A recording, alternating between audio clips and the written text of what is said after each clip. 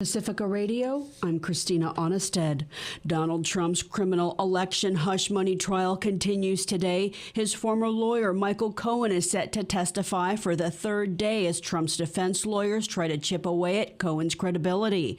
He's prosecutors' final witness, at least for now, as they try to prove Trump's scheme to suppress a damaging story he feared would torpedo his 2016 presidential campaign, then falsified business records to cover it up. Over 2 days on the witness stand, Cohen placed Trump directly at the center of the alleged scheme. He told jurors Trump promised to reimburse him for the money he fronted and was constantly updated about efforts to silence women who alleged sexual encounters with Trump. Trump denies the women's claims and has pled not guilty to 34 felony counts.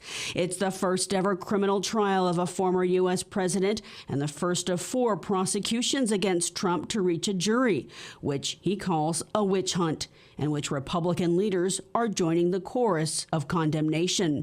Today, Trump is joined by another entourage of right-wing lawmakers at his side, including chair of the House Freedom Caucus, Representative Bob Good of Virginia, along with Matt Gaetz of Florida.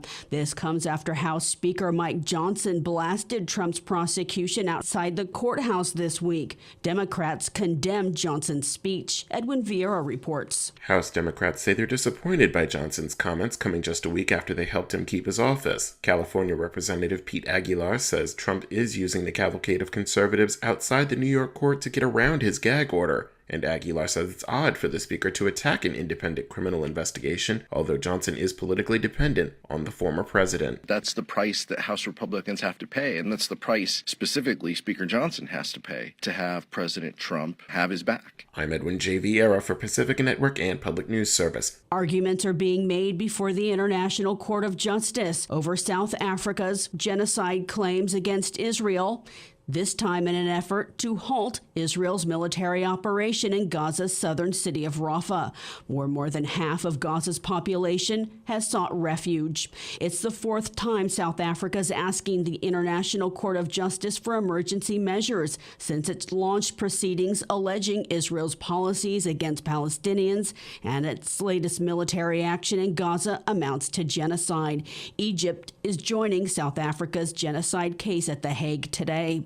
The latest claims say the previous preliminary orders by The Hague were insufficient to address a brutal military attack on the sole remaining refuge for the people of Gaza. It cites evacuation zones littered with explosive ordnances and that are being treated as extermination zones, where soldiers have orders to kill people on sight.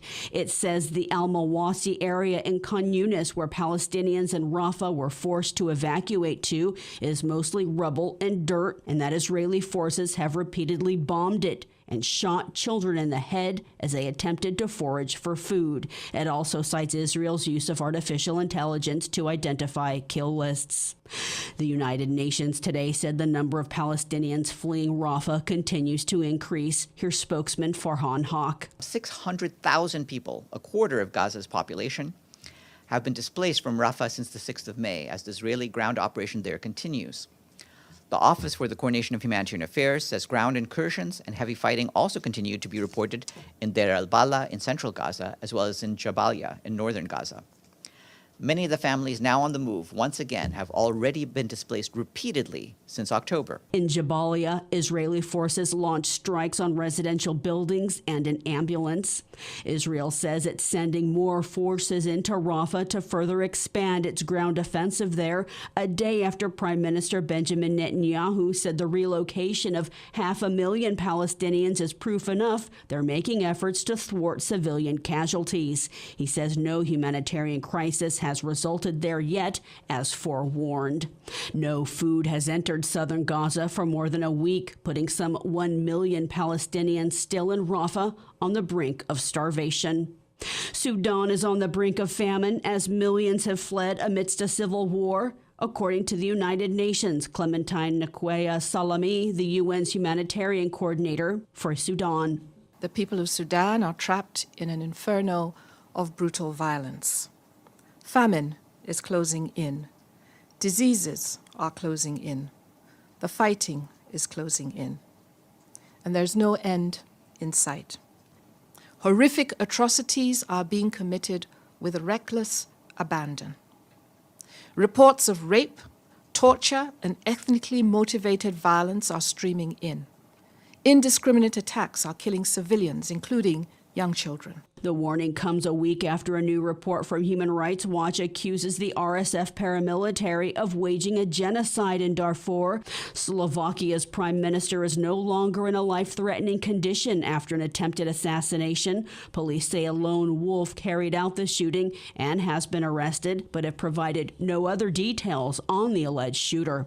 The U.S. Supreme Court has ordered Louisiana to hold congressional elections using a House map with a second mostly black district. The order allows the use of a map that has a majority black population in 2 of the state's 6 congressional districts, potentially boosting Democrats' chances of gaining control of the House. About a third of Louisiana is black.